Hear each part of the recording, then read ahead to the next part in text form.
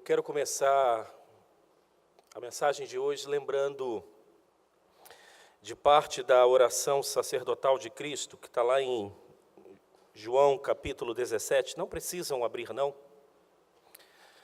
Na oração sacerdotal de Cristo, momentos antes da sua crucificação, momentos antes de cumprir a sua obra, no verso 3 do capítulo 17, Jesus, em sua oração, ele menciona o que eu vou citar agora. Ele diz: a vida eterna é esta, :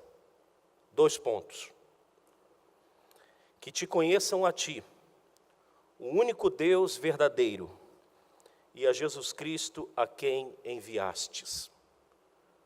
Em sua oração, em quase que nas suas últimas palavras, a oração de Cristo, e essa oração, ela não significava somente para os seus discípulos, mas para todos aqueles que Deus chamaria eficazmente pela pregação do Evangelho e a operação do Espírito Santo. A oração de Jesus foi que nós conhecêssemos o Pai, como também a sua pessoa, a pessoa de Cristo. E o conhecimento que Cristo roga naquele momento ali, não é um conhecimento distante, com hiatos, mas é um conhecimento que na sua palavra, lá na língua grega, é um conhecimento como um homem conhece a mulher, ou o marido conhece a sua esposa na relação íntima, na relação sexual. É o conhecimento mais íntimo entre o ser humano, é o ato sexual.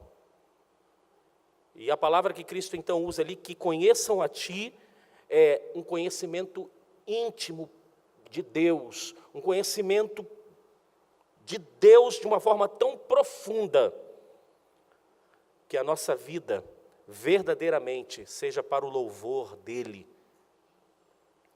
E aí hoje nós falaremos sobre mais um atributo de Deus. Nessa noite nós vamos conhecer um pouco mais Deus por meio das Escrituras, que é por onde Ele se revela. A revelação de Deus se dá por meio da sua palavra. E talvez este atributo seja um dos mais conhecidos de Deus. Talvez dentro da lista dos atributos de Deus, este esteja em primeiro lugar a nível de conhecimento do seu povo e das pessoas, que é a misericórdia de Deus. O que é a misericórdia de Deus? Para a gente definir aqui. A misericórdia de Deus, uma das definições é Deus colocar o seu coração, e aí a gente está trazendo para a figura de Deus uma figura humana, que a gente usa a palavra antropomórfica, a palavra humana. Deus coloca o seu coração na miséria do homem. É colocarmos o nosso coração na miséria. Hoje eu tenho um grupo no WhatsApp de pastores que formamos aqui em Belo Horizonte, e aí, no horário do almoço, um desses pastores aqui pediu para que orássemos, porque a igreja onde ele está, aqui em Contagem, entre Contagem e Ribeirão das Neves, a igreja tem um trabalho todos os sábados com crianças muito carentes. E aí, nesta madrugada, entraram traficantes neste barraco onde mora uma dessas famílias assistidas pela igreja, e eu vou dizer uma linguagem bem coloquial aqui, tocou o terror nessa família, a ponto do pai ter que pular muro e fugir, a mãe sumiu também e deixou 2 crianças e um bebê sozinhos no barracão. E aí o pastor Mateus manda lá no grupo: orem, porque eu estou com essa criança aqui, procurando algum familiar, algum parente para poder entregar. É colocar o coração na miséria das pessoas. É isso que Deus faz, colocando o seu coração na miséria do homem. É Deus indo ao encontro do homem. E nós vamos ver que não é somente ao encontro do homem, ao encontro de toda a sua criação, que devido à entrada do pecado, não só o homem está caído, morto em seus delitos e pecados, a sua justiça não passa de um trapo da imundícia, como disse o profeta Isaías, mas também a criação, porque na carta de Paulo aos Romanos ele diz que até a criação de Deus geme na expectativa do retorno da pessoa de Jesus Cristo. E aí, grandes homens de Deus, os quais nós subimos em seus ombros para que a gente enxergue uma boa teologia, alguns entenderam que a misericórdia de Deus, ela tem algumas características assim, que podemos destacar de forma bem clara nas Escrituras. Um diz que a misericórdia de Deus possui pelo menos duas distinções. Existe uma misericórdia geral, que Deus manifesta sobre a sua criação, sobre animais, por exemplo, e sobre homens, e existe uma misericórdia especial, que Deus manifesta sobre aqueles que Ele chama, como eu disse no início, pela sua palavra e pela operação do Espírito, que se tornam filhos de Deus, não somente criatura, mas filhos de Deus, são salvos, transformados pela graça maravilhosa em Cristo. Mas eu vou ficar com um outro irmão nosso, chamado A.W. Pink. Ele entendeu que a misericórdia de Deus, ela tem pelo menos 3 categorias. A geral, que Deus manifesta sobre a criação. A especial, que Deus manifesta sobre homens, sejam eles ímpios ou tementes a Deus, cristãos. E a misericórdia soberana, que Deus manifesta sobre aqueles que são chamados por meio de Jesus Cristo. Essa misericórdia, que A.W. Pink ele diz que é a misericórdia geral, nós vemos claramente, e aí seriam muitos textos, mas eu não vou pedir que os irmãos abram, no Salmo 145, verso 9, diz assim: o Senhor é bom para com todos. E a misericórdia é uma das facetas da bondade de Deus. Ele diz: o Senhor é bom para com todos, e as suas ternas misericórdias permeiam todas as suas obras. O Senhor é bom para com todos, sejam ímpios, sejam crentes, seja os animais, a sua criação, diz que Ele é bom para com todos, e ternas as misericórdias do Senhor, ou seja, as ternas misericórdias do Senhor permeiam todas as suas obras. Tudo que Deus criou está permeado com as misericórdias de Deus. Por quê? Deus poderia muito bem, com a entrada do pecado, ter destruído toda a raça humana. Inclusive, se nós lermos friamente o texto de Gênesis, diz que no dia que do fruto dela comer, certamente o quê? Morrerás. E Adão não morreu logo assim. Tanto que nós estamos aqui. Mas houve uma morte espiritual. E houve também a morte física, porque depois, capítulos depois, logo depois do capítulo 3 de Gênesis, nós vamos ver, fulano gerou fulano, que gerou fulano, que gerou fulano e morreu. Romanos 5,12 diz que assim como por um só homem entrou o pecado no mundo, e pelo pecado a morte, assim a morte passou a todos os homens, porque todos pecaram. Deus poderia ter destruído toda a raça humana no ato de pecado, de desobediência, do que nós chamamos dos nossos pais, Adão e Eva. E Deus não fez. Deus disse que a terra seria amaldiçoada por causa do pecado de Adão e de Eva. Mas Deus poderia ter destruído toda a sua criação, todo este universo. Deus poderia ter tornado as águas que nós, quando saímos de férias, temos o privilégio de passearmos, as águas de mares, de lagoas, Deus poderia ter transformado em algo terrível. Mas Ele fez isso? Não. Tanto que cada vez mais, pelo menos eu, fico impressionado da criação de Deus. Essa semana eu estava falando, eu não lembro com quem. Eu falei assim, gente, a gente não precisa nem sair do Brasil de tanta beleza natural que nós temos. Foi com um pastor lá em São Paulo essa semana no curso. Ele é de São Paulo e tem família na Bahia. E aí ele falou da cidade dele lá na Bahia. E ele disse, olha, minha cidade é maravilhosa, tem cachoeiras, tem isso e tem aquilo. Você tem que ir lá. Aí eu falei, a gente não precisa nem sair do Brasil de tantas coisas bonitas. Apesar que, cadê a namorada aqui do André? As fotos que você postou no Facebook, que lugar maravilhoso, hein? Canadá, né? Que lugar maravilhoso, hein? Gente, criação de Deus, coisas belas, e Deus poderia ter destruído. E por que Deus assim não fez? Por causa da sua misericórdia, que permeia toda a sua criação.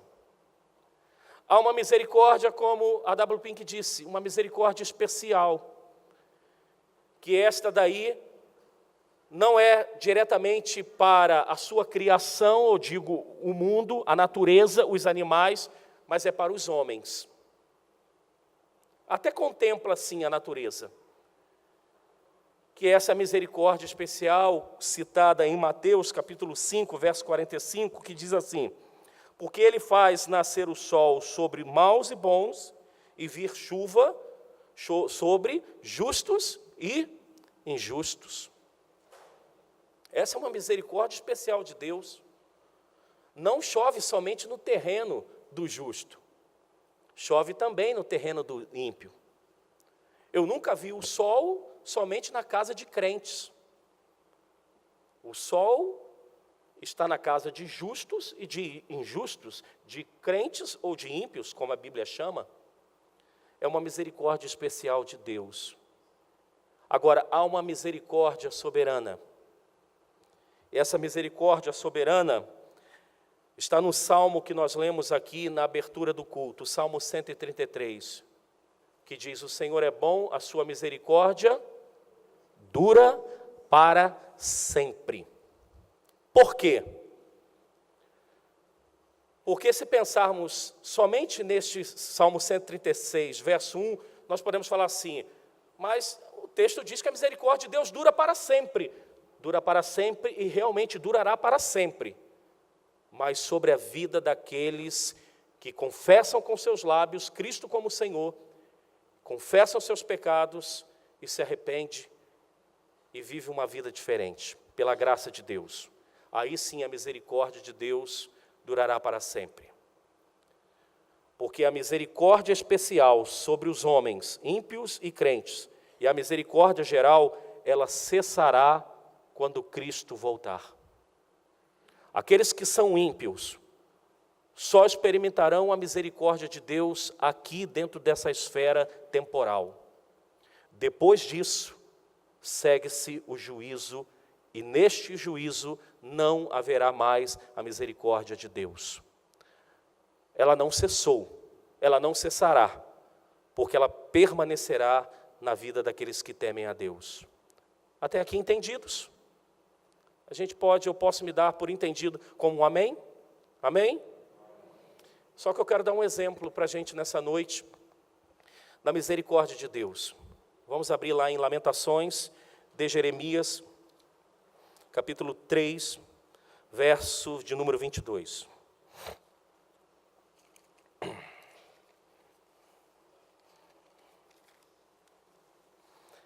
Jeremias, capítulo 3, verso de número 22. Talvez o verso mais conhecido sobre este atributo de Deus, a misericórdia de Deus. Falando assim pelo endereço, talvez você não lembre, mas quando você bater os seus olhos aí neste verso, você vai lembrar dele. E aí eu quero ler com vocês, nesta noite, esse verso de número 22, de Lamentações de Jeremias, capítulo 3. Vamos lá, todos juntos? As misericórdias do Senhor são a causa de não sermos consumidos, porque as suas misericórdias não têm fim, renovam-se cada manhã, grande é a tua fidelidade. Verso 23. Jeremias, neste livro de Lamentações, ele declara que as misericórdias do Senhor são a causa de não sermos consumidos. E ele declara, porque as suas misericórdias não têm fim, elas se renovam a cada manhã. Em que momento Jeremias está lembrando deste atributo de Deus, do nosso Deus? Ele está lembrando justamente deste atributo de Deus, da misericórdia de Deus, num dos momentos mais difíceis da sua nação e da sua vida. Um momento de cativeiro. Em aproximadamente 586 a.C., a Babilônia se torna a maior potência mundial e vai devastando os povos pela frente. E um desses povos é Israel, mais precisamente Jerusalém, a capital do sul.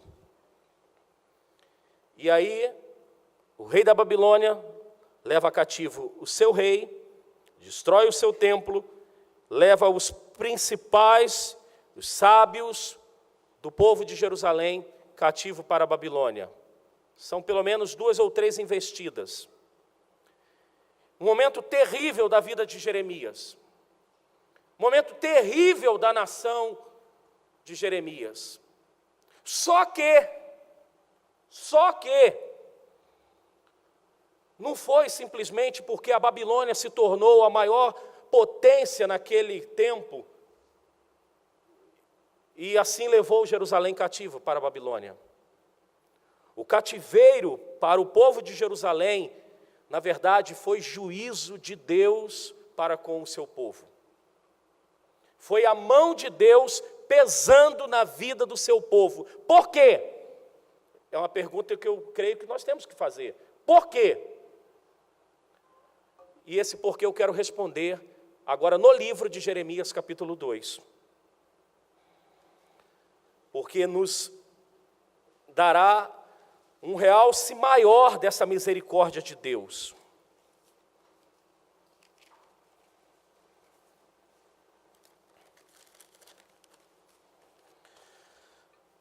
Acompanhe a leitura a partir do capítulo 2, verso 1. Olha o que a palavra do Senhor chega até Jeremias, e olha o que o Senhor fala. Olha a linguagem que Deus usa para com o seu povo por meio do profeta. Olha o que ele diz. Vai e clama aos ouvidos de Jerusalém, verso 2, assim diz o Senhor. E o que o Senhor diz?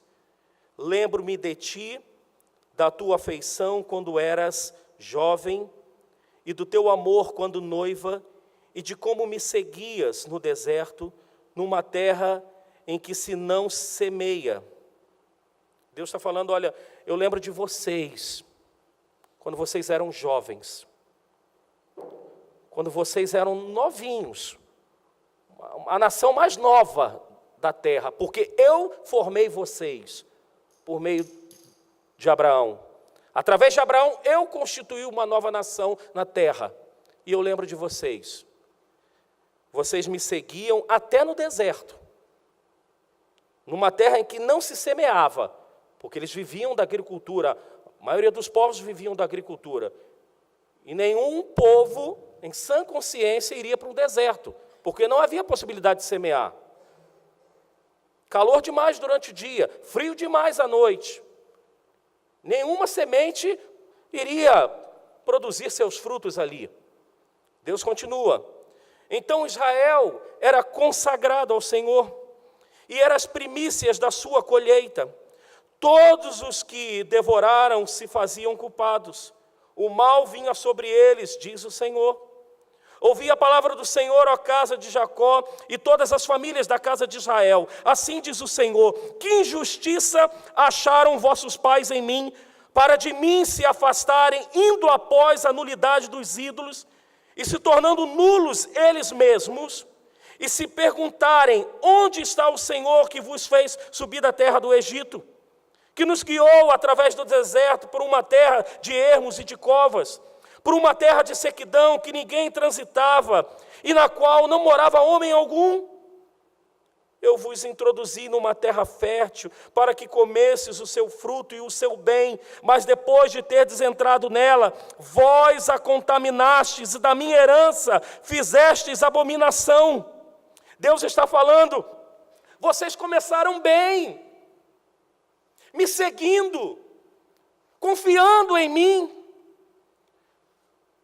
Parece que o tempo foi passando, supostamente a maturidade foi chegando, vocês começaram a se tornar autônomos, e pior ainda, atrás de deuses nulos, atrás da nulidade destes deuses. Olha o ponto que Deus chega. Usar uma linguagem que eu e você entendemos, que o povo entendia, uma linguagem relacional, de pai para filho, talvez de marido para mulher, para que o povo entendesse. Vamos continuar. Os sacerdotes não disseram, onde está o Senhor? Verso 8, perdão. E os que tratavam da lei não me conheceram. Os pastores prevaricaram contra mim, os profetas profetizaram por Baal e andaram atrás de coisas de nenhum proveito. Verso 9.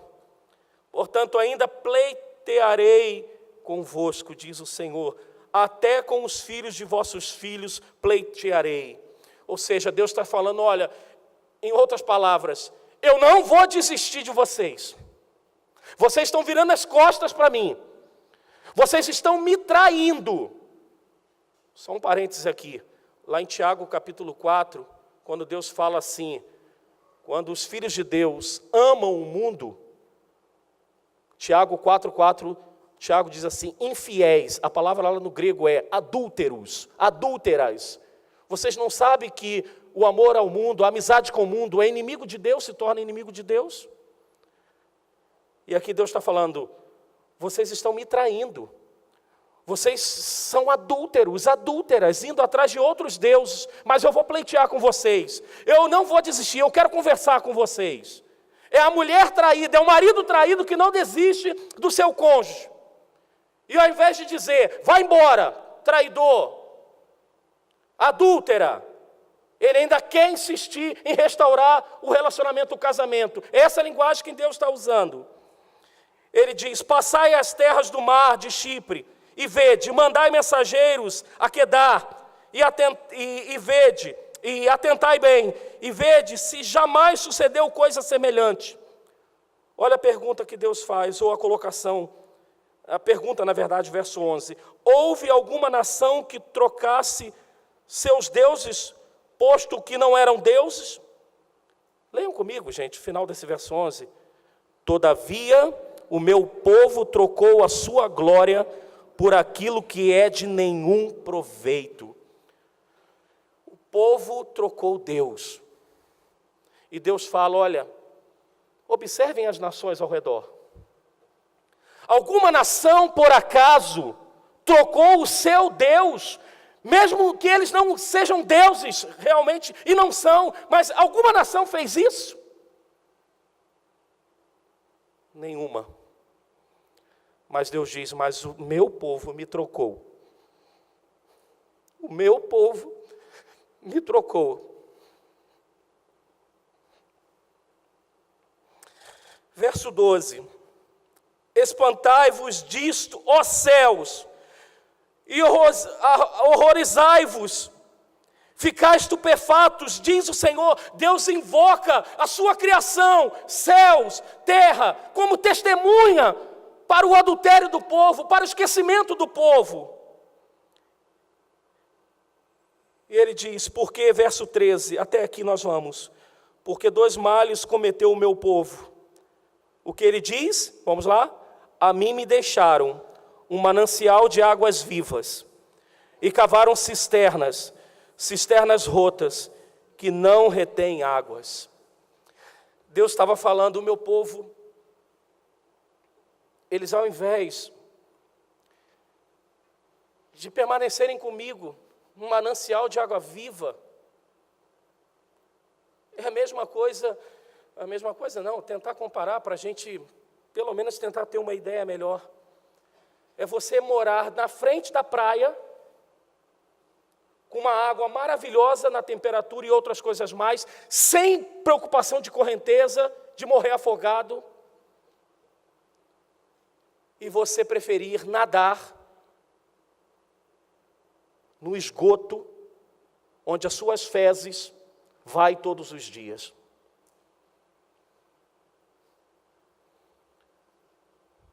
E Deus fala: 2 males cometeram o meu povo. A mim me deixaram um manancial de águas vivas, e cavaram cisternas rotas que não retêm água. O que você faria com esse povo? Talvez a gente não consiga dar uma resposta bem contundente. O que você faria se seu marido te traísse? Eu não estou dizendo que justifica um adultério, mas ele não te traiu por uma mulher linda, não. Muito mais bonita do que você, um corpo crossfit. Ele te traiu, como diz aí a linguagem, um tribufu, gorda, 120 quilos, que não penteia o cabelo, que não escova os dentes.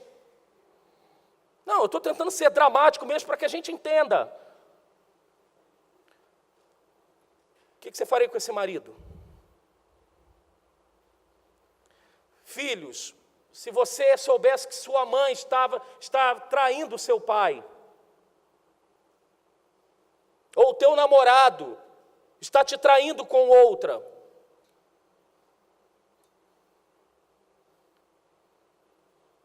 qual é a nossa tendência? Vai. Você não quer? Vai. São poucos que lutam numa situação dessa. São poucos. O que você faria se você estivesse no lugar de Deus? Se você formasse um povo onde não era povo, se você tirasse esse povo da escravidão,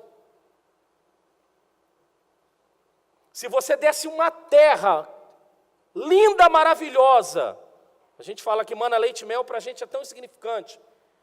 Se ele te levasse para um lugar que você acha maravilhoso na tua vida, se ele te levasse para lá, ou se você levasse esse povo para lá, melhor dizendo, e esse povo agora virasse as costas para você, o que você faria? Eu sei o que eu faria. Eu sei o que eu faria. O que Deus faz? Deus usa de misericórdia. Deus coloca o coração na miséria daquele povo ali, daquele povo traidor, daquele povo adúltero, daquele povo que deixou a praia para mergulhar no esgoto. E é por isso que então, quando o cativeiro vem como juízo de Deus, mas eu tenho entendido que o juízo de Deus, a vara que Deus bate no seu povo, bate em nós, onde Ele segura, o lugar que Ele segura, o nome está escrito, amor, amor, porque Deus fala, por meio do autor da carta aos Hebreus, capítulo 12, a todo filho que Ele recebe, que Ele tem, Ele açoita, Ele disciplina para o bem. Deus permite o povo ser levado cativo. E agora lá no cativeiro, o que o povo faz? Deus, tem misericórdia de mim. Voltemos lá em Lamentações, se você saiu, certamente saiu. Nesse momento, Jeremias, no cativeiro, ele diz, verso 21, quero trazer à memória o que pode me dar esperança. Momento de cativeiro, momento de juízo de Deus, um momento de reconhecimento. Eu estou aqui porque eu mereci. Eu estou aqui porque eu mereci. Porque eu adulterei. Jeremias diz, eu quero trazer à memória o que me pode dar esperança. E o que ele traz à memória? Verso 22, o que ele traz? A misericórdia de Deus. A misericórdia de Deus. E ele diz, a misericórdia de Deus, ele diz, é a causa de não sermos consumidos. Não forçando a barra, pelo que disse muito depois a W. Pink, que foi do meado do século XX, esse pastor reformado, puritano, mas ele diz, agora volta a Jeremias, ele diz, a causa de não sermos consumidos é a misericórdia de Deus, ou seja, essa misericórdia especial sobre os homens, ímpios ou não, é a misericórdia especial de Deus.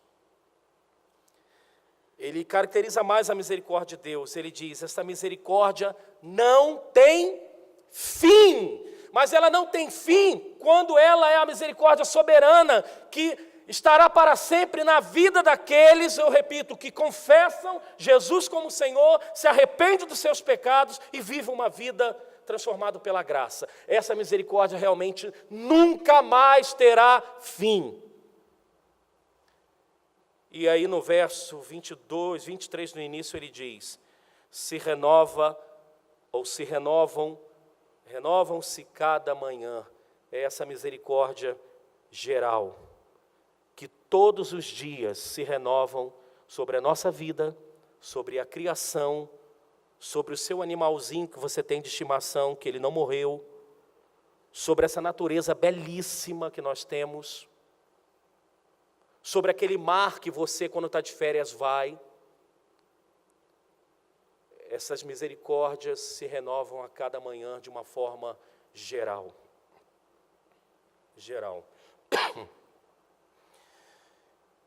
E eu quero então concluir com algumas aplicações para a gente, antes de passarmos para a ceia do Senhor. A primeira aplicação que eu deixo para mim e para você é: reconheça que o Senhor, ou que do Senhor vem as misericórdias. Reconheça isso. Pare de achar que você é bom demais. Pare de achar que por você ter 3 faculdades, PhD, isso tudo, você merece. Você não merece nada. Tudo isso tem sido a misericórdia de Deus sobre a sua vida, sobre a minha vida. Reconheça isso. Olha o que Daniel 9:9 diz. Por favor, abra lá comigo. Eu quero finalizar lendo alguns textos com vocês. Eu preciso.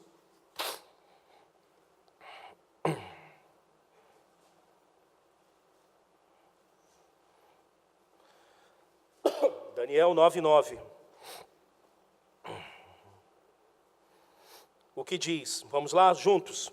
Ao Senhor nosso Deus pertence a misericórdia e o perdão, pois nós temos rebelado contra Ele. Daniel diz que a quem pertence a misericórdia e o perdão? Ao Senhor. Reconheça isso como Daniel fez. Reconheça a misericórdia do Senhor. Segunda aplicação. Suplique as misericórdias do Senhor sobre a sua vida. Salmo 57, verso 1. Vamos lá. Salmo de número 57, verso 1.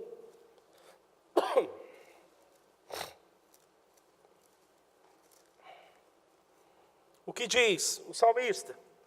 Vamos lá? Tem misericórdia de mim, ó Deus. Tem misericórdia, pois em ti a minha alma se refugia. À sombra das tuas asas me abrigo, até que passem as calamidades. Está passando por tempos difíceis? Clame a misericórdia de Deus sobre a tua vida. Diga: Deus, tenha misericórdia de mim. Deus, tenha misericórdia dos meus filhos ou do meu filho. Deus, tenha misericórdia da minha família. Deus, tenha misericórdia da minha vida profissional. Deus, tenha misericórdia de mim. Suplique a misericórdia de Deus. Salmo 51, verso 1, Davi começa clamando pela misericórdia de Deus. Nós lemos aqui este salmo. Quer mais uma aplicação para a gente? cante a misericórdia de Deus. Eu, desde sexta-feira, eu estou cantando algo sobre a misericórdia de Deus, que eu sabia que eu pregaria sobre a misericórdia de Deus à noite. Eu estou com a canção desde sexta-feira à noite. Cantei sexta-feira à noite, ontem cantei, hoje cantei, não cantei de forma audível, mas está aqui, ó. Se der, nós vamos cantar ainda ela hoje. Olha o que diz o Salmo 89, verso 1. Você está aí pertinho. Salmo 89, verso de número 1.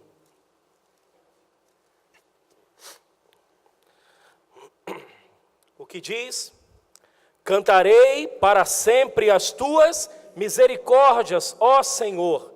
Os meus lábios proclamarão a todas as gerações a tua fidelidade. Cantarei para sempre as tuas misericórdias, ó Senhor. Você precisa gravar um hino que fale da misericórdia de Deus e cantar.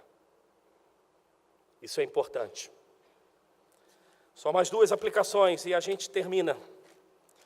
Você precisa também praticar a misericórdia, porque este atributo de Deus nós chamamos que é um atributo comunicável. O que significa isso? É um atributo que pertence a Deus, faz parte do seu ser, do seu caráter, mas Ele também compartilhou conosco esse atributo.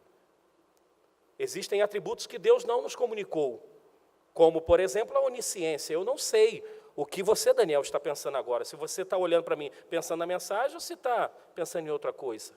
Deus não me comunicou e não te comunicou o atributo da onipotência. Como eu disse hoje pela manhã, o poder que nós temos, ele vem de Deus. Se Ele tira, acabou. Mas alguns atributos Ele comunicou, como, por exemplo, a santidade.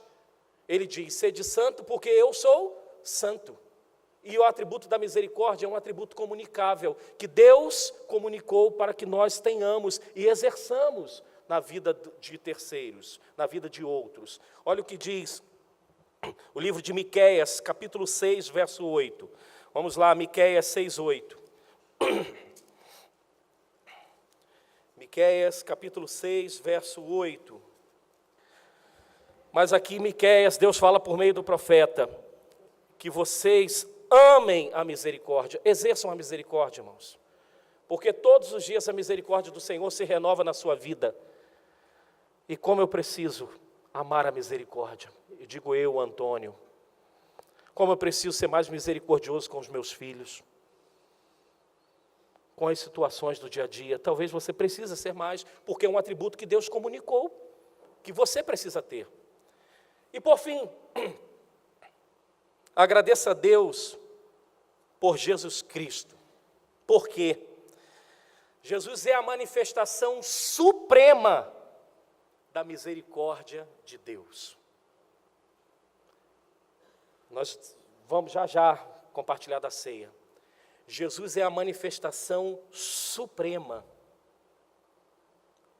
da misericórdia de Deus. Deus Pai poderia deixar muito bem as pessoas aí mortas em delitos e pecados, caminhando a passos largos para o inferno. Mas o que Ele fez? Ele enviou o seu Filho. Jesus abriu mão da sua glória, como uma manifestação da misericórdia do Pai para infiéis que somos nós. Lucas capítulo 1, versos 76 a 79, depois você abre em casa, o cântico de Zacarias declara isso. A vinda do Messias é uma manifestação poderosa, graciosa, misericordiosa de Deus para com os homens. Agradeça a Deus por Jesus, a manifestação suprema da misericórdia. Eu queria, um dos cânticos, na verdade foram dois, que eu estava cantarolando desde sexta, justamente do Salmo 136. Rendei graças ao Senhor, porque Ele é bom, porque a sua misericórdia dura para sempre. Será que dá para a gente cantar a capela? Rendei graças ao Senhor, porque Ele é bom. Rendei graças ao Senhor, porque Ele é bom. Porque a sua misericórdia dura para sempre. Rendei graças ao Senhor,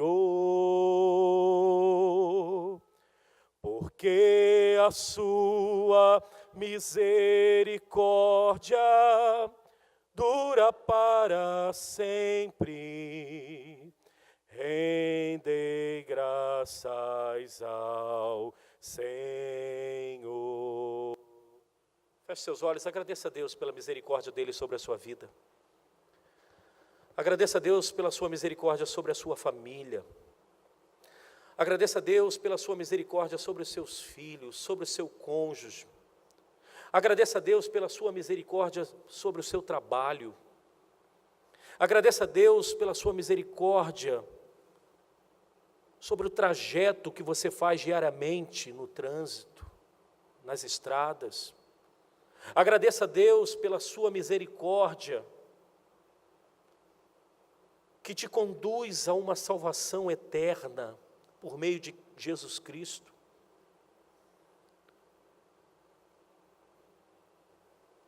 Agradeça a Deus porque você pode também ser misericordioso. Você pode colocar o coração na miséria de outrem. Você pode exercer essa faceta da bondade de Deus que se chama misericórdia. Você pode olhar para o outro com compaixão.